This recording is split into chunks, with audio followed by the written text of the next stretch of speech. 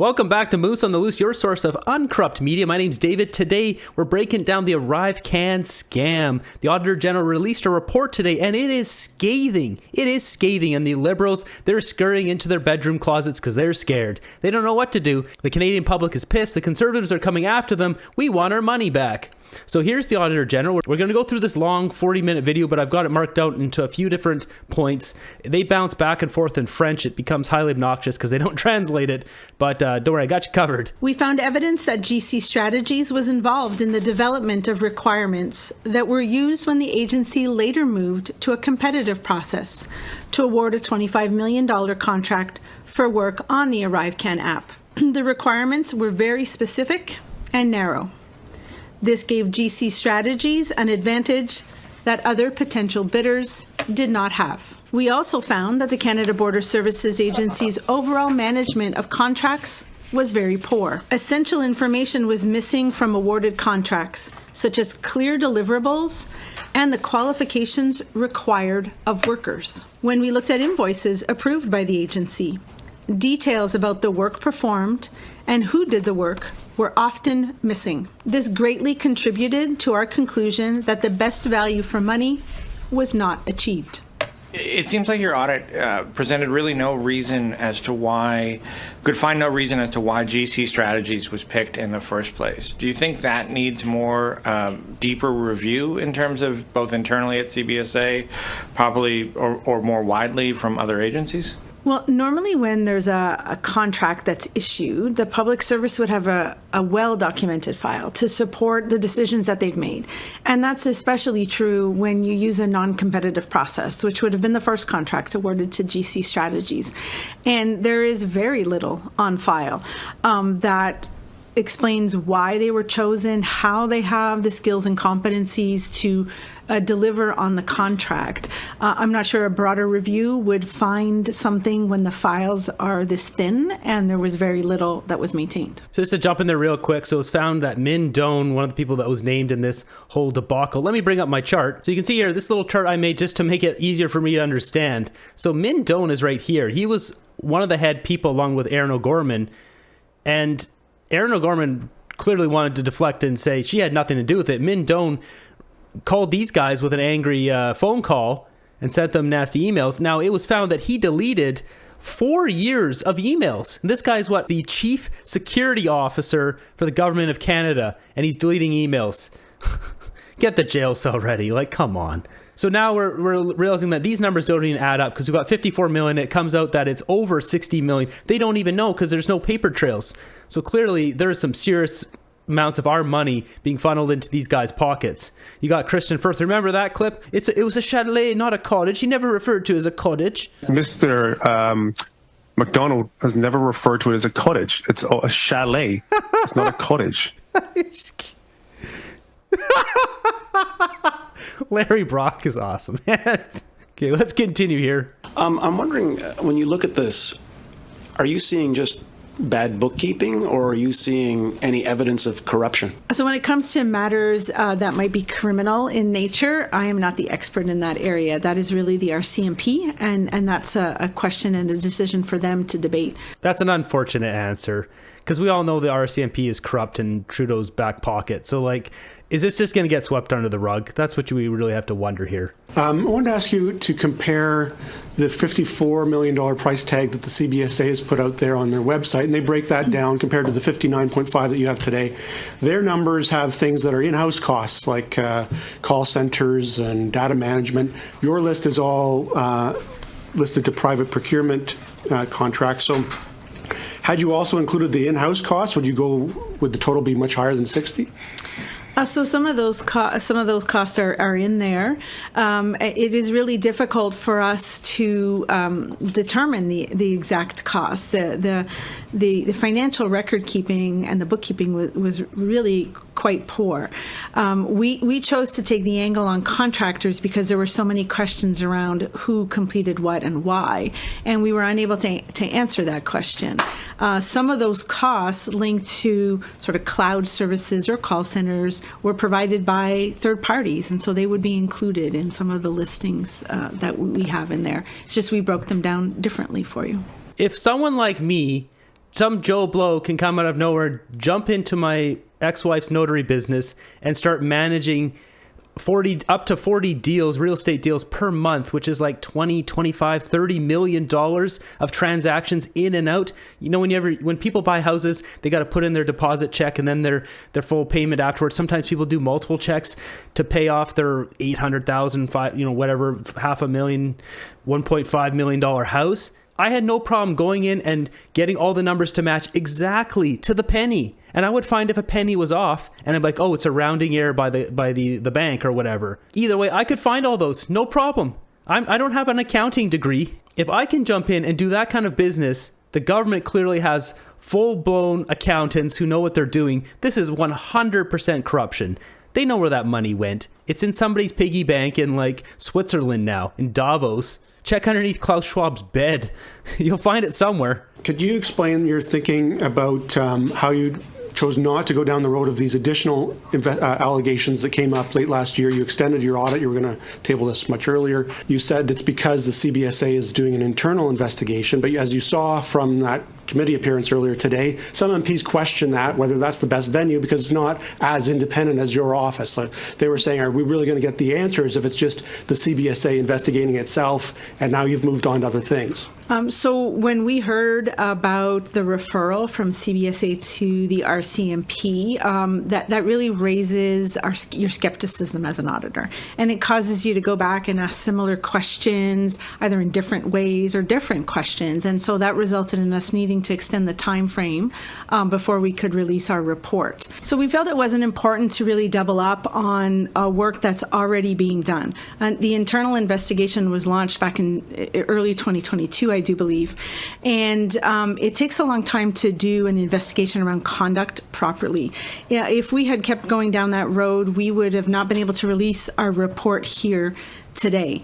There were also referrals to the RCMP. I'm not sure whether they're investigating a contracting matter or whether they're going to extend the contracting matter to ArriveCan. We did not want to get in the way of that or compromise those investigations, but I can tell you that we will pay close attention to that internal investigation. If we feel that it's not getting the right response or it didn't go far enough, then we can always choose to do more work. And I would use, for example, we waited for the government to do a review on sustainable technologies, the foundation, the Sustainable Development Technology Foundation. We felt that the response was not fulsome enough, and hence we began our own work. Do you have a sense of what the possible maximum cost of this was and the possible minimum cost was in terms of what the spread of possibilities may be? We didn't spend time sort of coming up with a model that might tell you where it would go or not go. What we can tell you is these are the costs that the agency attributed to ArriveCan. At times, it might have been general IT in nature. It might have been needed, very foundational for the application to work, but it wasn't clear whether it should be distributed amongst many projects or solely attributed to ArriveCan. And so we don't have a sense if it was more, whether it was $2 million more, $10 million more. Unfortunately not. Like I said, the record keeping was rather poor. If I give you an example, at times we would see an amount allocated to the application. We would have to follow it sometimes backwards through 3 or 4 journal entries with very little description to get to the original entry, to find the source documentation, to then sit down and understand, was it linked to a task authorization or an ArriveCan contract, and was it reasonable that it be allocated here? It is not the way you should maintain your financial records. Just jumping up on some of the thoughts that my colleagues had in terms of, using the pandemic as a possible defense for why this sort of went awry. Given that the rules were relaxed in the face of an emergency, do you have a sense that other pandemic measures need closer scrutiny and perhaps a postmortem? So we've been doing a lot of work around pandemic spending and contracting, and while we've seen opportunities for improvement, things that could have been done better, nothing as glaring as what we're seeing here.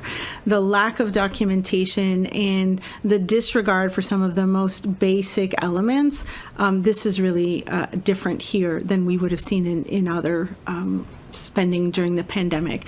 As I said previously, I don't believe that an emergency is a reason to forget that public servants need to be answerable to Canadians and demonstrate that they spent public funds in a prudent way and exercise their due diligence in doing so. I think it's expected of someone who joins the public service. You mentioned in your report that GC Strategies was involved in the development of the requirements that the CBSA ultimately included in their proposal. Are you able to share with us who was tasked with determining these requirements within the CBSA? And I'm also wondering, did you ask in your conversations with the CBSA how this happened and what could be the circumstance, I guess, that would ignite such a cooperation, for lack of a better word? So I think when it comes to setting out a request for proposals, at time the public service may look to the private sector to help establish requirements. It's of a technical nature, or maybe the public sector doesn't have skills or expertise. But what we saw here is they were trying to move from non-competitive contracts to a competitive contract. And the fact that the CBSA allowed GC Strategies to be involved in setting those requirements, we saw email exchange setting out what some of the selection criteria perhaps should have been. They were, however, very restrictive and narrow, which likely limited competition. And in the end, we see that it did, in that only GC Strategies responded to that public request for proposal and then received the competitive contract. So that kind of involvement by an outside vendor in a competitive process should not happen. Again, in your conversations with the authorities at the CBSA, did you get a response as to why the application was maintained after October 2022? And I wonder if you have an estimate of how much money was spent from that moment on. So I'll start off my answer by bringing you back to the financial records report. And so again, it's a bit of an estimate. Included in the $59.5 million is about a little over $6 million linked to automating the border custom advanced declaration form. So that is really a bit of an enduring value that we see in ArriveCan. While it provided some value at the start of the pandemic and improved the ability of the government to follow up with travelers and in a timely way and give more. Let's be honest here. ArriveCan is a complete garbage heap. I was in the States in the summer of 2022. When I came back, I had no idea about any of this ArriveCan stuff. And I showed up at the border, and the Canadian border agent was the biggest jerk to me. She was like, "I can't believe you didn't fill out this form, blah, blah, blah. How do you not know about this?" It's like, I've been in the bush for the last 4 months, literally in the bush for the last 4 months. And she didn't like that. She didn't think that was a good enough answer, and she gave me a warning. It's like, screw you. You're not going to give me a warning for coming back to my own country. This government is just boneheads, absolute boneheads running our government. Luckily, I don't think this woman is corrupt. I think she is doing her job. I don't think she's a paid-off Trudeau shill, so that's a good thing. You didn't get into this in the report, but I'm sure you're aware there was public testimony in which Cameron McDonald was accusing Minh Doan of lying about who was responsible. They were each kind of pointing the fingers at each other.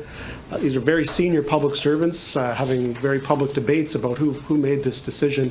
What did you make of that testimony, given that you were actually able to see some of the emails behind the scenes? So an audit is really based on having evidence in front of you to support concrete decisions. And here there was really very little to support who made the decision and as to why GC Strategies was the right party. What we did find was this contract requisition, which is the Canada Border Services Agency authorizing Public Service and Procurement Canada to issue the contract to GC Strategies. In my view, when a public servant signs a form like that and exercises their delegation of authority, it comes with responsibility and accountability. If a public servant is uncomfortable with that decision or is being pressured to make that decision, they shouldn't sign it. They should talk to their supervisor or someone else in the organization, and there are mechanisms for them to flag when they're uncomfortable. But signing it comes with a responsibility.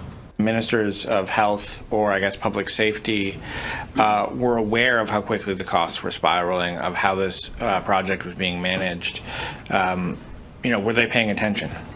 So we focused in on what the public service had done.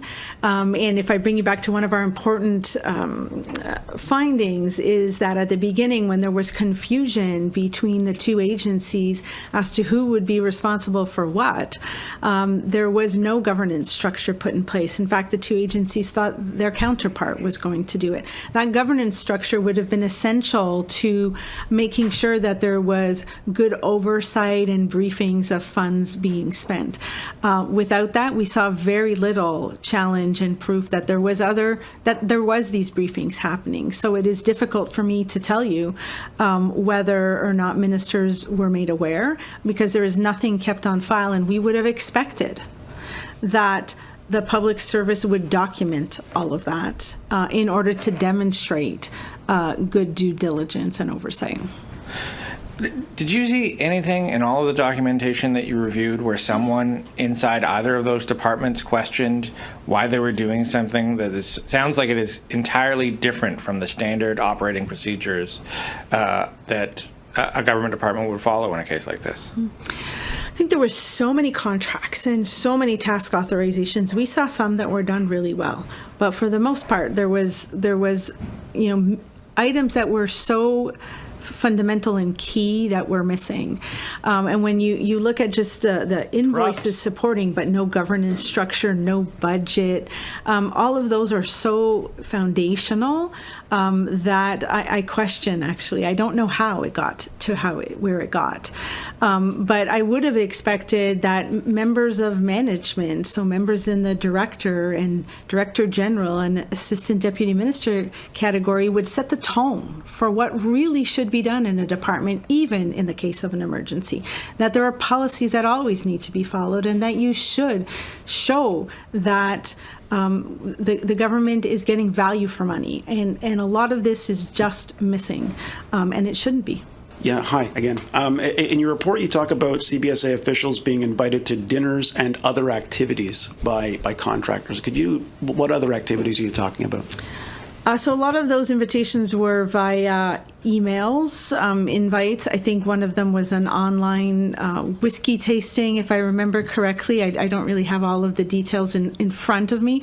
What it boils down to, however, is that the agency has a code of conduct, that anyone who received an invitation, whether they attended the event or not, should have informed their supervisor. And was that GC that was kind of at the forefront of that, or was that across the board with the contractors? We saw that there were a few contractors, not just one in particular, but a few, and that it was many individuals within the branch responsible for developing and implementing the ArriveCan app. I'm just going to say this right out to Christian Firth. There's like millions of us that hate your guts. You stole $11 million, and then now it seems like it's $20 million of our money. We break our backs going to work, and you steal our cash. Dude, I can only imagine you're going to get heckled on every street corner, just like the disgraced Justin Trudeau. McDonald has never referred to it as a cottage. It's a chalet.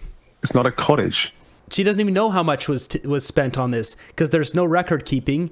Minh Doan deleted his emails, and which she didn't mention in there, but there's a lot of loose ends. There's a lot of missing information. There's a lot of liberal corruption going on here. So we've got an article here. Canada's chief technology officer accused of manipulating, destroying files at CBSA. Minh Doan is accused of destroying electronic records relating to ArriveCan, charges he denies. Canada's chief technology officer, Minh Doan, a central figure in the hearings related to the ArriveCan app, faces accusations of taking unusual steps that led to this destruction of emails at the Canada Border Services Agency, a claim he strongly denies. According to an internal complaint filed at the CBSA IT employee and observed by the Globe and Mail, Mr. Doan is accused of moving data files around in a way that led to a permanent destruction of emails, and the other documents may have been relevant to an access to information request about the agency's interactions with GC Strategies. The private two-person IT staffing company has received more than $59 million and then obviously they paid out those other companies, and we're left with $20 million in their pocket. Minh Doan, buddy, you're right up there with Christian Firth too. It's a chalet. It's not a cottage. Just so everyone knows, this is Christian Firth. Take a good look at his face. Get this out to as many Canadians possible. If you see this piece of garbage in public, say hi to him. Now, one must ask, what is Justin Trudeau doing during all of this? He's at a Lunar festival, of course. Check this out. Good evening, everybody. 大家好. Now, before I say a few remarks, 恭喜發財，身體健康. Happy Lunar New Year. On February 10th, we joined Chinese, Korean, Vietnamese, and many other Asian communities. This is also a time to recognize the many contributions Asian Canadians have made. Nin Go. Nin Go, of course, is the New Year Go, which is New Year cake, but in Chinese, for this time of the year, it's celebrating Nin, which is the year, and it is celebrating the Go, which is Go Go Bo Sing. Clap. But it is all about celebrating with friends. Everyone just clap. Yeah, you didn't really hype up the crowd there. So Justin Trudeau gets called out, and all these fools bring up their phones because for some reason they need a video of this loser. Gung ho fua choy. Give me a break, man. Hello, everyone.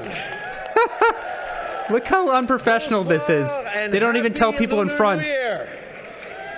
Merci, Mary, pour l'introduction. Merci beaucoup à Jean, Emanuela, Sean, Paul. Like, wouldn't you go have someone say, hey, you can't have your hands up in front of this camera that's recording? What is going on here?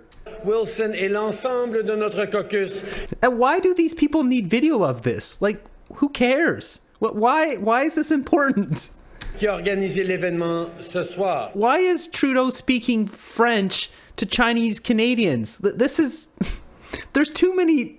I can't even handle what's going on here. So to thank the Fo Guangshan Temple Ottawa drum class for that energizing performance. Okay, yeah, Thank you very, very... Fits just perfectly with all the things we're working on for you right now.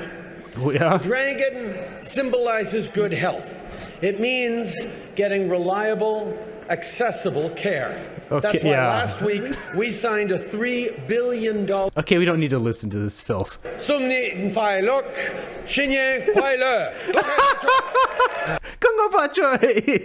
first off, Trudeau, in Chinese, the tone of the word changes what the word is. It's like the word for four, if you change the tone, it means death. You can't ram out a sentence super fast and have it mean the same thing. And often it'll mean nothing. But anyways... Prime Minister Justin Trudeau, 我们非常感谢加拿大 invite the Chinese caucus to join our Prime Minister on stage. Here it is, a photo op. Minister with the lion's eyes dotted, they will now awake. Look at this guy. He's so dumb. He's so dumb. Boy, he really loves a photo op, doesn't he? Look at this. You can't. Justin, man. This guy is like a big baby wishing he was a superhero. AKA Diaper Batman. Justin Trudeau, Niao Bu Bin Fusha. You start calling him Diaper Batman from now on. Meanwhile, at Parliament, Pierre Poilievre was ripping Justin in the House of Commons. Crisis of doubling housing costs and 22 million people forced to food banks. The Prime Minister could have followed our common sense plan to axe the tax, build the homes, fix the budget, and stop the crime. Instead, he blew over $60 million on an ArriveScam app that we didn't need, didn't work, sent 10,000 people erroneously into quarantine, losing income. All the while, the thing costed 750 times more than the Prime Minister promised. Won't he stand up today and admit that the app is just like him? It's not worth the cost. It's not worth the corruption. The Honourable Minister for Public Safety. Mr. Speaker, the Leader of the Opposition knows very well that the moment there were allegations around cost overruns or inappropriate contracting practices, the Canadian Border Services Agency immediately began an internal audit and made the appropriate referrals to the appropriate authorities. We take the obligation to manage taxpayers' money very seriously. Under no circumstances would we condone what the Auditor General determined to be contracting practices that did not follow the rules, and anybody who didn't will be held to account. Absolutely. Yeah, no, they won't. Let's be honest. You guys are all losers. They're stealing our money. Let's be honest. They go back and forth like this like 9, 10, 12 times. It's like the same thing back and forth. It works out that every contractor part of that ArriveCan, ArriveScam was on average paid $1,100 per day. That's how much money was spent on all this corruption. At a time when Canadians are really squeezed and trying to figure out how do they pay their rent or mortgage. Yeah, buddy, you're propping up the government. You're at blame. You're just doing this for the golden pension. We got it. And finally, Pierre Poilievre speaks up, and the reporters try to rip him down. Man, this guy he's got like a serious backbone to just keep pushing back on these people. I would have snapped long ago if I was in his position. And after 8 years of Justin Trudeau, while you can't pay your bills, where you can't afford a home, he's taken $60 million of your tax dollars and given it to a corrupt app, ArriveScam, that doesn't work, that we didn't need, and that went 750 times over budget. Think of that the next time you go to the grocery store and you look at the cost of the food and that bill is too high for you to pay. Think of it the next time you look at his carbon tax, which he's quadrupling, on your heating bill, and you wonder if you'll be able to keep the heat on for the rest of the winter. He took $60 million of your dollars and put it into this ArriveScam. Think of that. When you see homeless people who can't afford a place to live, that Justin Trudeau took their money for this ArriveScam app. Common sense conservatives told him not to do ArriveScam, but he went ahead anyway. What were the results of that decision? Well, we now know the results. ArriveScam costs at least $60 million, 750 times over budget.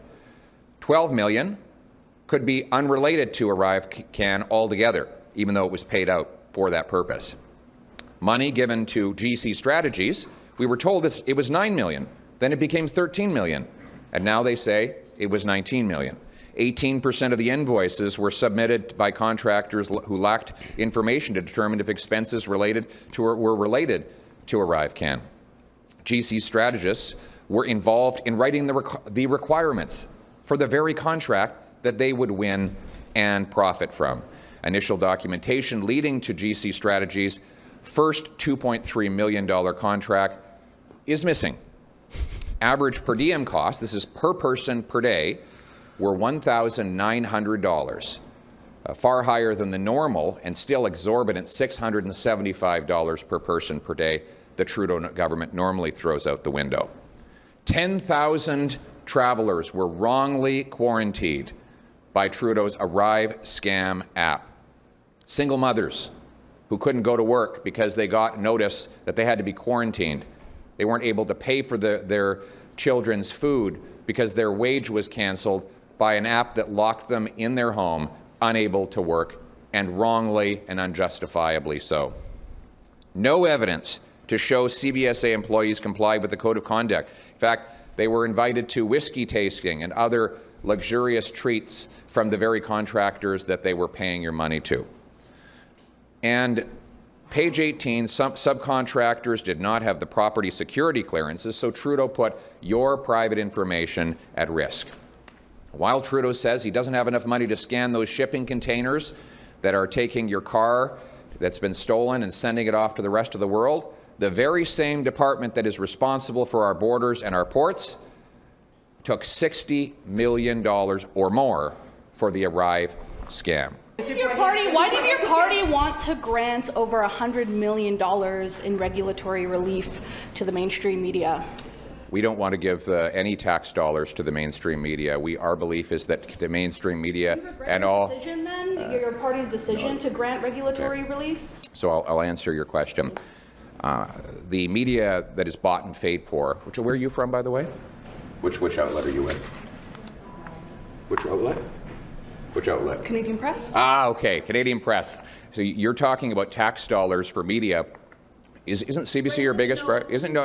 I can answer. I asked regulatory. Yeah, and you want to answer? Why does your party want to grant $100 million in regulatory relief to the mainstream media? When would you like me to respond? Okay, good. Okay, great.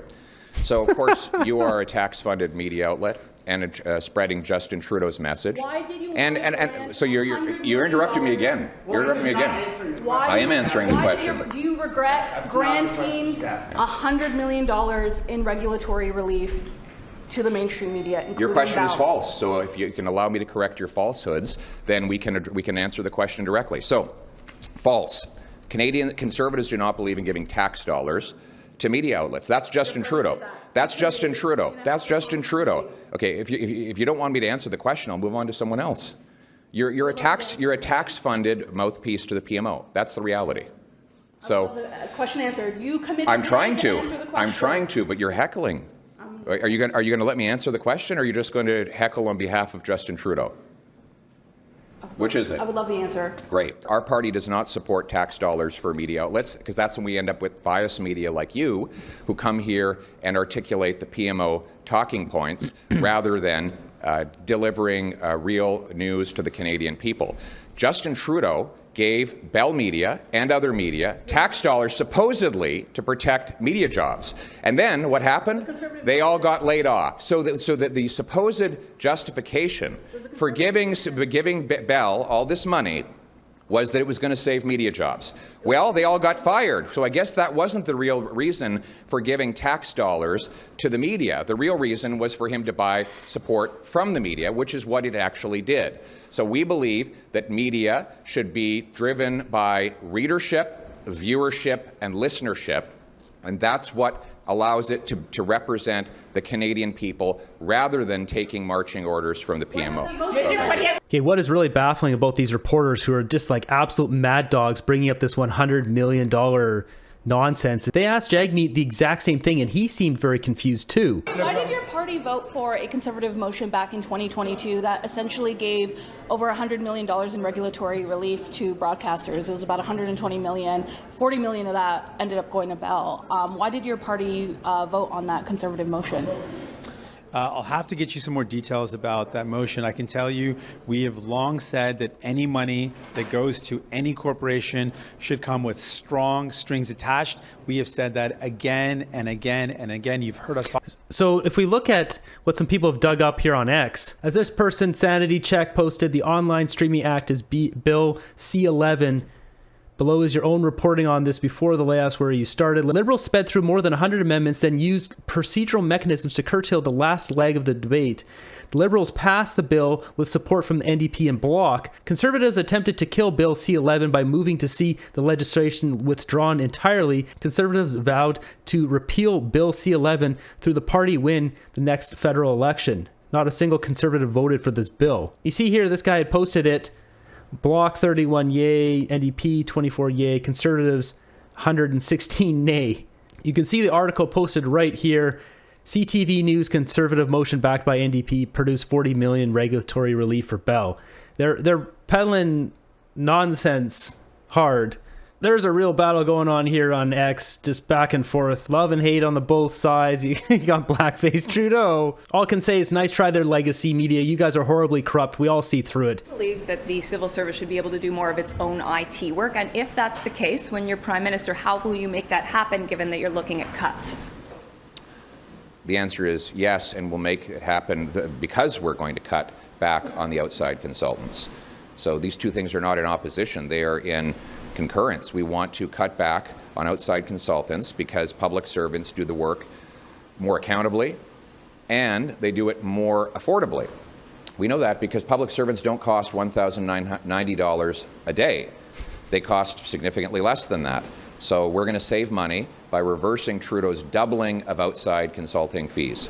Thank you. The General found that the civil service didn't have the skills to do this kind of work. So wouldn't you need to train them, and wouldn't that cost money, sir? Well, but there were contractors involved in Phoenix as well. Sir, I'd like to understand what you will do when you are Prime Minister, sir. The Auditor General found that the civil service didn't have these skills. Why is it that the public service doesn't have these skills? It's insane. We've increased the size of the public service by 50% under Justin Trudeau. And none of those 100,000 extra people have the skills to design an app that a couple of IT workers separately and as a joke designed in a single weekend. How is it possible that a couple of guys got a stack of pizza boxes and a case of beer and as a joke redesigned the ArriveCan app from scratch in a weekend? And yet the 100,000 public servants Trudeau hired cannot do the very same thing. That points to the fact that he is an incompetent prime minister who is wasting our money. He's not worth the cost. Last question. That whole thing is embarrassing. Yeah. A couple random guys remade that whole ArriveCan app just to prove that there is government corruption there and they're stealing our money. The Auditor General on the issue of the police investigation, she says in the report that the parts that are already under internal investigation, either by the CBSA or the RCMP, she didn't want to interfere in that, so she didn't go down that road. Are you concerned that that's missing from today's report? I am, yes, very much so. And that might be one of the reasons why the Auditor General didn't use the same language as I did, is because certain parts of the scandal are not covered in this audit. We need the police to get to the bottom of it. I know that there are certain parts of this that are already under police investigation, and we want the truth to come out, and we want the police's findings to be complete and public so that Canadians know about all the corruption and mismanagement in the Trudeau government. Thanks so much. Thank you. Yeah, he really listened to a lot more of that crap from those crooked, corrupt reporters than I would have. He's got a really strong demeanor to just take the punishment over and over and over and not break. He's a strong man. He is. He really is. At this point with this scandal, there's been so many scandals. With all the corruption going on, I've seen a lot of comments in a lot of different places. I see a lot of Canadians. Listen up, Liberals. Justin Trudeau, you listen there, slugger. There's a lot of Canadians talking about stopping paying taxes. You steal our money, you waste our money, paying off your friends, you're going on vacations. You keep pushing the stupid heat pumps, which don't work past, what, -10, -20 degrees, when so much of Canada gets well below that. You got your Liberal buddies there who invest in those heat pump companies. Oh, that's convenient. They'll make some money off that. You keep tossing Canadians under the bus, they're going to stop paying taxes, man. I'm just telling you, I see the comments everywhere. It's best for you to pack it up and resign. Instead, you're going to keep taking it from Jagmeet right now about the pharmacare deal and continue on for another year and a half. That won't ever get old. Hopefully you guys stay warm, stay fed. I'll see you in the next one.